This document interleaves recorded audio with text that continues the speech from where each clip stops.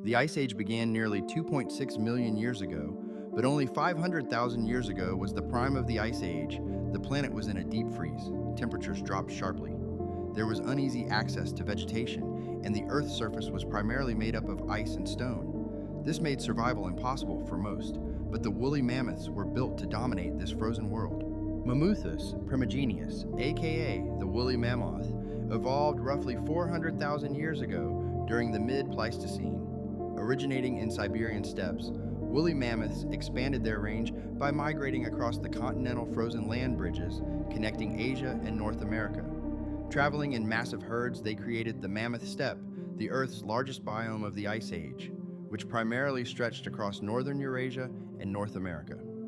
Although named Mammoth, it was a deadly arena that contained cave lions and dire wolves. Before lions ruled warm savannas, their Ice Age ancestors prowled the cold tundra.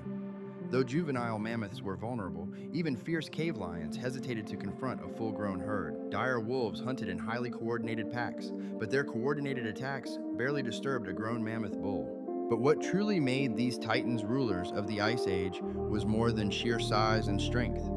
The answer lies in their biology, complex adaptations sculpted by relentless ice, shadow, and time. The Ice Age forced mammoths to evolve to thrive in a brutal frost. Unlike today's elephants, their ears were short, compact, fur-covered, and curved inward, minimizing surface area and reducing heat loss, which was critical to endure relentless cold. Reaching heights of up to 13 feet at the shoulder and tipping scales over 6 tons, woolly mammoths redefined gigantism. The word mammoth was also used as a synonym of huge throughout the 1900s. They stood 3 feet taller and bulkier than modern African elephants, their bodies sculpted by natural selection into mobile fortresses, layered thick with muscle and fat to survive harsh glacial climates.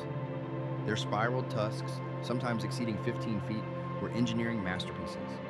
Composed of layered dentin, much tougher than typical bone, these ivory giants could dig through meters of snow, dual rivals, and even bear microscopic growth rings functioning as nature's own fossilized diaries. Mammoths wore a double coat of fur. A coarse, oily outer layer repelled snow and ice like a tent pitched in a blizzard, while a dense, soft underwool trapped precious body heat. To fuel their colossal bodies, mammoths chewed through 200 kilograms, yes, 200 kilograms of brittle tundra grasses daily. Their wide, ridged molars were natural grinders, replaced up to 6 times during their lifetime, each stronger than the last. A failure in this dental machinery meant certain death in a frozen wilderness. Even dire wolves avoided full-grown mammoths. A single kick from a bull could shatter ribs and send hunters flying. Throughout the Ice Age, mammoths were living fortresses, embodying the frozen wilderness itself. Only in recent decades have scientists uncovered the secret coursing through their veins. Mammoth hemoglobin mutated to bind oxygen efficiently in sub-zero temperatures. This allowed their blood to carry life-sustaining oxygen in air too cold and thin for most mammals to breathe. A cellular antifreeze that powered Ice Age survival. But even these incredible adaptations couldn't guarantee eternity. What really happened to these titans? Mammoths began to decline during a slow, creeping warmth. As Earth's Milankovitch cycle shifted, glaciers that had once covered continents began to melt. With them, the Ice Age began to retreat. The Mammoth Steppe, a biome richer than the modern savanna, began to vanish. Willows, birches, and larches replaced protein-rich grasses. Mammoths' 200 kilos of food was no longer sustainable. Forests spread across Europe and North America. Mammoths built for open expanses could not navigate tight woodland corridors. Predators gained an edge. Calves became isolated and vulnerable. Thawing permafrost and rising water tables created marshlands. Mammoths became trapped in mudflats. Fossil beds in Siberia and Alaska contain dozens of bog-mummified giants. Each year, summers grew longer, drier, and hotter. Unlike elephants, mammoths couldn't flap their ears to cool down. Their thick insulation turned lethal.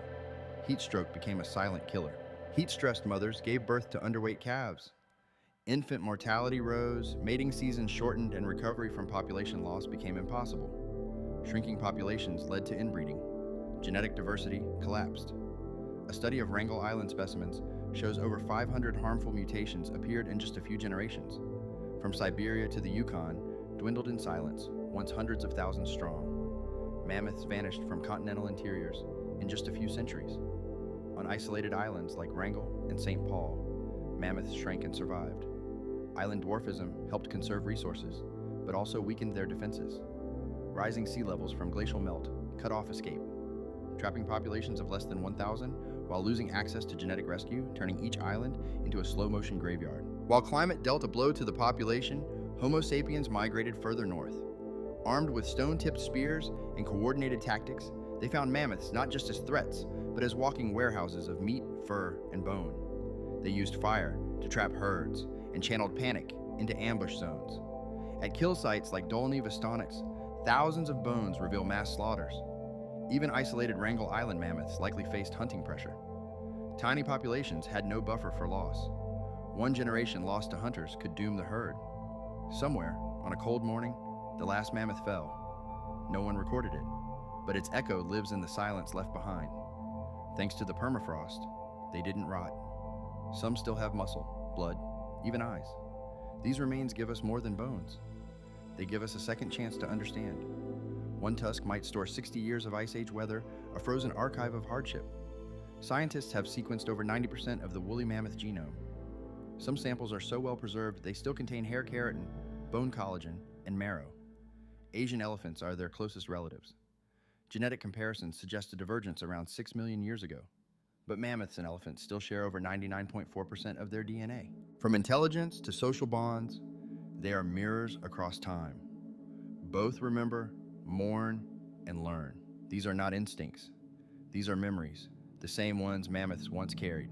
Today, researchers explore bringing back mammoth traits using CRISPR, inserting extinct genes into elephant cells, embryos frozen, futures imagined. But what are the ethics of resurrection? Are we restoring an ecosystem or reviving a ghost in a world no longer suited for it? In northern Siberia, Pleistocene Park is testing the concept without mammoths. Bison and horses simulate trampling, keeping permafrost cold. Permafrost holds not just mammoth bones, but ancient seeds, bacteria, even viruses. The Ice Age isn't gone. It's buried, waiting. Mammoths maintained open grasslands, which reflected sunlight. Their absence let forests spread, trapping heat. One extinction changed the climate. They were teachers, survivors, engineers of the Ice Age. What we remember of them will shape how we face our own warming future. From extinction to excavation, their legacy warns us. No species lasts forever. Even giants. Even us. Titans sculpted by ice, erased by time, heat, and us. But my final question to you is this.